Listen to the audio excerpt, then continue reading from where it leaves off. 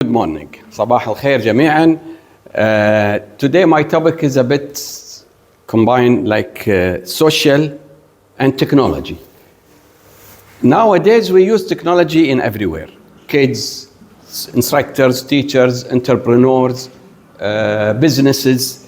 So the AI, and I like the presentation that presented by the keynote speaker who explained the use of AI and all the dilemmas and issues related to artificial intelligence in education. This study was conducted in Kuwait to understand how people see the use of AI in social media. Before the AI using social media, you do a lot of work. You design yourself, you text yourself, you do mistakes. Now, with the AI is emerging and penetrating everybody. Even kids, they are using AI. So how people perceive the use of AI for social media platforms. Everybody uses social media. You just took a photo and sent to each other by WhatsApp. Huh? Probably somebody follow my YouTube channel. So this is actually the social media revolution. So I am again Ahmed Al-Hunaiyyan from the Public Authority for Applied Education and Training, actually College of Business Studies with a computer information systems background. But I am educator as a professor teaching and delivering courses and do research. This research conducted in Kuwait to investigate, again, this is what I really explained. I will make it self-explanation. I will not talk too much. I will let the presentation let me do the work for me. Huh? That's why I use AI. And as you see, this is I use Gamma AI presentation to deliver this fantastic eye-catching PowerPoint presentation, which is actually a combination between Gamma and PowerPoint. What is social media? Everybody knows what social media platforms. There are plenties. There are a lot, some of them very famous. Some of them are used in one country more than another. For example, Facebook is used around the world too much. In Kuwait, it's not the real platform. People use LinkedIn for connectivity. Others use Snapchat for fun, for following up, for listening stories, seeing things they are interested in, sports, dietitians, health, food. AI is well known, using models, algorithms. Each application is specifically to do something. Some AI tools used to do your literature review, some AI to design, some AI will develop, generate videos, some of them pictures. So there are a lot. And unfortunately, they are costly. If you want to dig into every different fields, you have to pay like monthly fees, unless you are specified in an area. So why I'm doing this research? Really to understand, instead of just using social media, let's understand what's going on. Let's understand what do we really need to do? What do we need to understand? So, and there is limited empirical evidence regarding this type of research in my area, like Kuwait and the Gulf region. Probably now there are a lot of research. When I did that about 6 months ago, it was a new era. Now really, a lot of people doing research in that area. Understanding this will help us to develop some policies, some future. The research methodology, actually, the study design used mixed method. Qualitative, which is interview discussion group, and quantitative, which is a questionnaire. Now I am presenting only the qualitative, the focus group discussion. That's another issue. Will be the research will go in depth later. So this is a conference paper while I just present the results of the qualitative. Qualitative, we use like 32 participants from different backgrounds with a focus group discussion. How do you feel? How do you feel? Muna said that, Ali said that, Nasser, Khadija, everybody said something about the questions that are well organized and raised.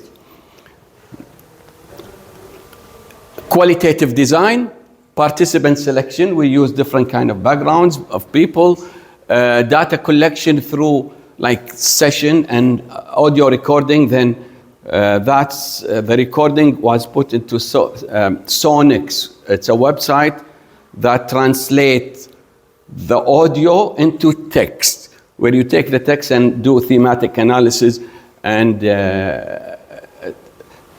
analysis. You analyze what they said, put them into themes. Research finding, it's 5-minute findings. I will not talk, huh? Okay. Weird feeling you get when you're scrolling through your social media feed. That feeling that it's, I don't know, almost too perfect. Right. You know what I'm talking about? You mention something out loud to a friend, and bam, there's an ad for it. Or a video pops up that just so perfectly nails your mood, it's a little spooky. Well, spoiler alert, it's not magic. It's artificial intelligence. And this tech is quietly, constantly shaping pretty much every second we spend online. But the real question is, how do we feel about that? Is it a helpful little assistant, or is it something more concerning? To get a handle on this, we're going to dive into a really fascinating study from Kuwait. Researchers actually sat down and talked with 32 regular people, students, employees, folks who use social media all the time, to get beyond just data and into the real human experience of it all. And what they found, really, is that this whole thing is a classic double-edged sword. It's not just good or bad. On the one hand, you've got the incredible promise of this perfectly tailored, super efficient online world. But on the other hand, you've got the peril. You've got these deep, nagging worries about what's actually going on behind the curtain. Okay, so let's start with the good stuff, the promise. Why do we love these platforms so much? What makes this AI-driven world just so magnetic? I mean, listen to what Aisha, a 21-year-old in the study, said. Almost alive. Wow, that perfectly captures it, doesn't it? It's not just that it shows you stuff you like, it feels like it gets you. Like a friend who just knows your vibe, which makes everything feel more fun and way more efficient. And when you break it down, the benefits the users pointed to are pretty obvious. We get content that's actually interesting to us, which saves us from just endlessly scrolling. We get ads that are, sometimes actually useful. And it even protects us from a lot of spam and nasty stuff. You can't argue with that. It's just plain useful. But there's always a but, isn't there? Every promise has a price. So let's flip this around and look at the other edge of that sword. What's the hidden cost of this super smooth, personalized world? I'm pretty sure we have all felt this. Mona, who's 27, just puts it perfectly. That creepy feeling of being followed around the internet. That sense that every little click is being watched and used. And suddenly, that convenience starts to feel a whole lot like surveillance. The researchers basically boiled down all these worries into 3 big ethical red flags. First, you've got filter bubbles, where the AI traps us in an echo chamber of our own beliefs. Second, the same algorithm that's great at finding cat videos can also be great at spreading misinformation at lightning speed. And third, all that data collection just starts to chip away at our sense of freedom and privacy. And what does all this lead to? A whole lot of distrust. Yusuf, who's 39, just hits the nail on the head here. The line between what's real and what the algorithm wants you to see gets really blurry. So who's really calling the shots? Us or the system? Okay, but here's where things get really interesting. Because it turns out not everybody feels the same way about these risks and rewards.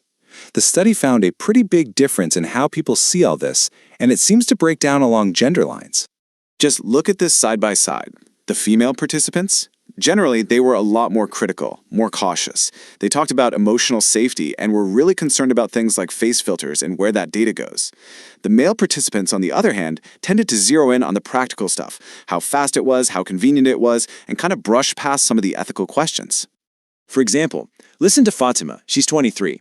She's not just seeing a fun little filter. She's seeing a data collection tool. She's thinking 2 steps ahead about privacy and security, which really shows that extra layer of caution.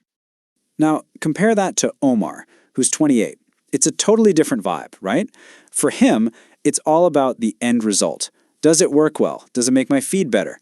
The how just isn't as important. It's a clear focus on utility. So, we have this messy mix of loving the convenience but hating the creepiness. What's the answer? How do we make this sword better? Well, it turns out the users in the study had some pretty clear ideas.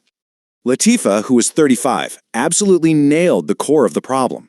People feel powerless because the whole thing is a black box. We put our data in, a curated feed comes out, but we have no clue what happens in the middle. And that mystery is exactly where all the distrust grows. So, what do people want? It really comes down to three things. 1, give us some control. Let us tweak the algorithm or even opt out. 2, be transparent. Explain what you're doing in simple terms we can all understand. And 3, we need real governance, some actual rules, not just trusting companies to do the right thing. And Abdullah, at 41, really drives that final point home. The feeling is that without outside rules, profit will always win out over people's well-being. It's a really powerful call for some genuine accountability. And that brings us right back here to the central idea. The AI in our feeds is the perfect example of a double-edged sword. It is an incredible tool that makes our lives easier, more fun, more connected. But it also raises these huge, serious questions about privacy, manipulation, and who's really in charge. Look, this technology isn't going anywhere. In fact, it's only getting more and more powerful. What this study shows is that people want and deserve a say in how it develops. So the question isn't if AI is going to shape our world. The question is, how are we going to shape it? This is the results. Instead of just talk about the findings, it's like a storytelling.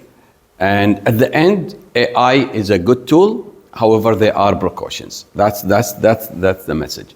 But specifically, to understand and to design a framework of how to deal with AI is really important.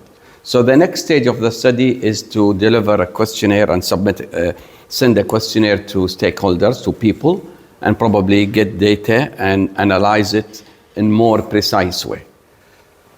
Again, my presentation was sent to a website or application of Google called Notebook LM.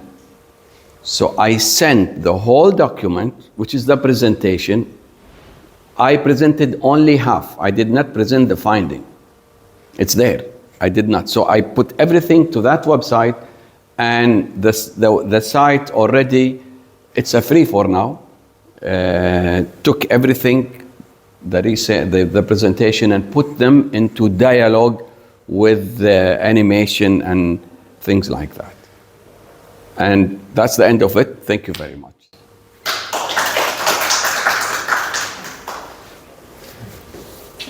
I appreciate your so grateful your insights. So it was very interesting, I think, for everyone, and it's very relevant today. Again, I understand.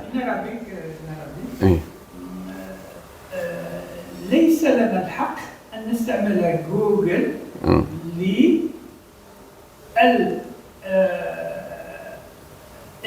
لإثبات أن قدرتنا على التكيف مع معلوماتنا في الوسط الكويتي أننا قادرون على استعمال الذكاء الاصطناعي. ربما هذا السؤال. Okay. Again, one of the obstacles, drawbacks of AI is what you said. There are a lot of things that doesn't match our culture, probably politics, but again, Samsung is in everywhere. iPhone is penetrating your house. Okay? So there are a lot of precautions we have to consider and we have to cover. Thank you for your comment. Thank you very much. Okay. We appreciate Just one short question. Yeah. By your research, how much people in percent is totally scared about AI in the future? Again, this is a qualitative. It's a group discussion. And if you watch the video, they are like, say, Aisha said this. Some of them were scared of contributing their own information. Okay? But do you have any question in that research that is typically, are you scared about AI in future or not? Percentage rate. This will be done exactly, and you give it when you do the quantitative. So the questionnaire, when you send a questionnaire for like 3,000 people, and you get that's it. So that's why I said this is not a complete. This research is a preliminary. We did the qualitative, and a lot of because there will be a construct set of questions regarding the challenges. One of them will be, you afraid, will whatever. Thank you very much. Thank you. We have lecture from Kuwait, Professor Dr. Ahmed. Question, please.